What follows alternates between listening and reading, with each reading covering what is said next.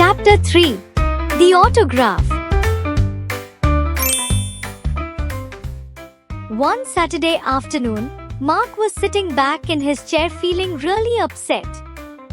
He had been cycling back from school the day before and had fallen off his bike. He had been helped up by his brother, Steve, and they had taken him to the hospital. An X-ray showed that Mark's leg was broken. So of course, the leg was put in plaster. The doctor told him that he must not put it down. He must give his leg a rest. एक शनिवार दोपहर, mark अपनी कुर्सी पर बैठा हुआ बहुत उदास था। पिछले दिन वह स्कूल से साइकिल चलाकर लौट रहा था और अपनी साइकिल से गिर गया। उसके भाई स्टीव ने उसकी मदद की और उसे अस्पताल ले गए। एक्सरे से पता चला कि मार्क की टांग टूट गई थी, इसलिए उसकी टांग पर प्लास्टर चढ़ा दिया गया। डॉक्टर ने उसे बताया कि वह अपनी टांग को जमीन पर नहीं रख सकता। उसे अपनी टांग को आराम देना होगा। Mark could not believe his bad luck. This was the day he had been waiting for, the day when he was going to watch, for the first time in his life, a real, live football match. The tickets had been bought many weeks ago and they had all been looking forward to this match. Mark को अपनी किस्मत पर यकीन नहीं हो रहा था। यह वही दिन था जिसका वह बेसब्री से इंतजार कर रहा था, जिस दिन वह पहली बार असली फुटबॉल मैच देखने जाने वाला था।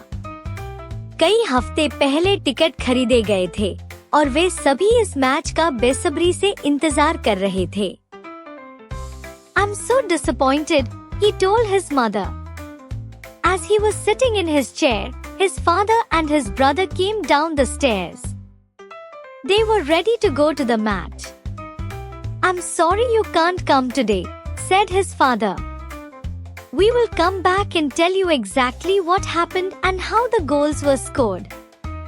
All right, said Mark bravely, though he was almost beginning to cry. Vince Oliver, a famous footballer, would be playing that day. The sports papers called Vince Oliver the fastest thing on two legs. I'll get Vince Oliver's autograph for you, said Steve. मुझे बहुत निराशा हो रही है, उसने अपनी माँ से कहा।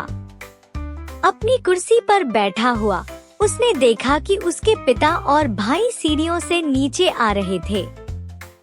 वे मैच पर जाने के लिए तैयार थे। मुझे खेद है कि तुम आज हमारे साथ नहीं जा सकते, उसके पिता ने कहा।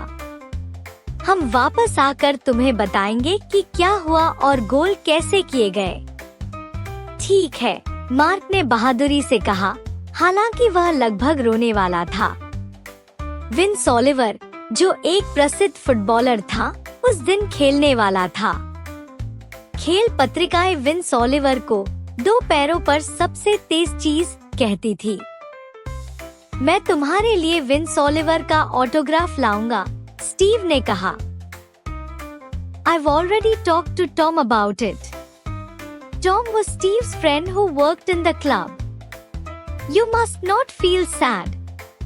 Look, let me buy you an ice cream before we go. He ran out of the house and was back in a few minutes with the ice cream. Mark had to smile as he licked the ice cream. We must go now, son, said his father. We won't forget to get the autograph for you. As he watched his brother and father leave, Mark felt sad but not quite as sad as before. His mother and he were going to bake a cake together. His mother helped him to the kitchen, where she had everything ready for the cake.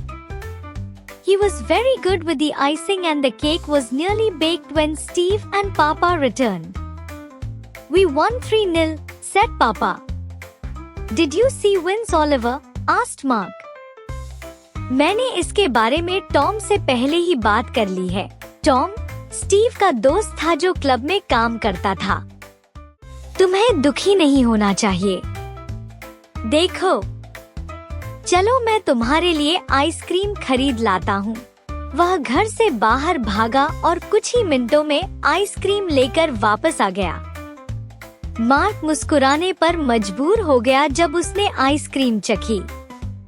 हमें अब जाना होगा, बेटा, उसके पिता ने कहा। हम तुम्हारे लिए ऑटोग्राफ लाना नहीं भूलेंगे। जब उसने अपने भाई और पिता को जाते देखा तो मार्क को दुख हुआ, लेकिन पहले जितना नहीं।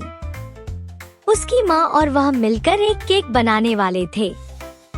उसकी माँ ने उसे रसोई तक ले जाने में मदद की, जहाँ उसने केक के लिए सारी चीजें तैयार कर रखी थी। वह आइसिंग में बहुत अच्छा था और केक लगभग बन ही गया था जब स्टीव और पापा लौटे। हम जीत गए, 3-0, पापा ने कहा। क्या तुमने विंस ओलिवर को देखा? मार्क ने पूछा। Of course, he really is a brilliant footballer. The sad thing was that, nearly at the end of the match, he fell and got hurt. He had already scored 2 of the 3 goals. He had to be carried off on a stretcher, said Steve. So you didn't get his autograph, said Mark. I hope he wasn't too badly hurt. The next day's papers said that Vince Oliver had broken his arm and would not be playing football for 2 weeks. A week after that, Mark's mother took him to the doctor, who wanted to change his plaster. In the doctor's clinic, he found a seat next to a young man who had a broken arm and sat down there. The nurse called Mark's name first. They went in and the doctor was very pleased with Mark's progress. बिल्कुल, वह वास्तव में एक शानदार footballer है। दुखद बात यह थी कि मैच के अंत में वह गिर गया और चोटिल हो गया। उसने पहले ही 3 में से 2 गोल कर दिए थे। उसे स्ट्रेचर पर ले जाना पड़ा, स्टीव ने कहा। तो तुम उसका ऑटोग्राफ नहीं ला सके, मार्क ने कहा। मुझे आशा है कि उसे ज्यादा चोट नहीं लगी होगी। अगले दिन के अखबारों में लिखा था कि विंस ओलिवर का हाथ टूट गया था और वह 2 हफ्तों तक फुटबॉल नहीं खेल पाएगा। 1 हफ्ते बाद मार्क की माँ उसे डॉक्टर के पास ले गई, जो उसका प्लास्टर बदलना चाहते थे। डॉक्टर के क्लिनिक में वह एक ऐसे आदमी के पास बैठा जिसका हाथ टूटा हुआ था। नर्स ने सबसे पहले मार्क का नाम पुकारा। वे अंदर गए और डॉक्टर ने मार्क की प्रगति से बहुत खुश होकर कहा, Another 2 weeks and you'll be playing football again, Mark, he said as they left the room. Mark was very happy to hear this. He had been really sorry to miss his football coaching. His mother went over to the nurse to make their next appointment. Mark went over to the seats in the waiting room. He sat down and found that he was next to the young man with the broken arm again. Do you like football? Asked the young man. He had been listening. Oh yes, said Mark. And he told the man about how he had missed seeing Vince Oliver play because of his leg. He also told the man that his brother could not get Vince Oliver's autograph because Oliver had broken his arm during the match.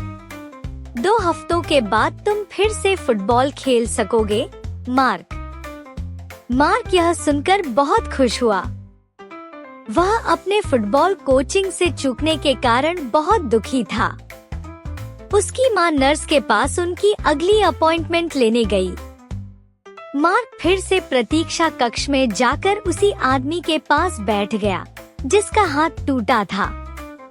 क्या तुम्हें football पसंद है? उस आदमी ने पूछा। ओह हाँ, mark ने कहा। और उसने उसे बताया कि वह अपनी टांग के कारण विंस ओलिवर को खेलते हुए नहीं देख सका। उसने यह भी बताया कि उसका भाई विंस ओलिवर का ऑटोग्राफ नहीं ला सका क्योंकि ओलिवर का हाथ टूट गया था। Yes, said the man. I did. Mark missed what he said. Then suddenly, he understood what the young man was saying. He could not believe it. He was too surprised to speak. He was sitting next to Vince Oliver. You don't look like your pictures, Mark said excitedly. I couldn't recognize you. Vince laughed. That's because of my sporting gear, he said. I'm wearing my own clothes now. Mark could not believe what he was hearing. हाँ, उस आदमी ने कहा। मैंने तोड़ा। Mark ने जो उसने कहा उसे ठीक से नहीं सुना। फिर अचानक उसने समझा कि वह क्या कह रहा है। वह विश्वास नहीं कर सका। वह विंस ओलिवर के बगल में बैठा था। तुम अपनी तस्वीरों जैसे नहीं लगते, मार्क ने उत्साहित होकर कहा। मैं तुम्हें पहचान नहीं पाया। विंस हंस पड़े। यह मेरे खेल के कपड़ों की वजह से है, उसने कहा। अब मैं अपने आम कपड़े पहने हुए हूँ। मार्क को यकीन नहीं हो रहा था कि वह क्या सुन रहा था। I'll do it for you now, Vince was saying.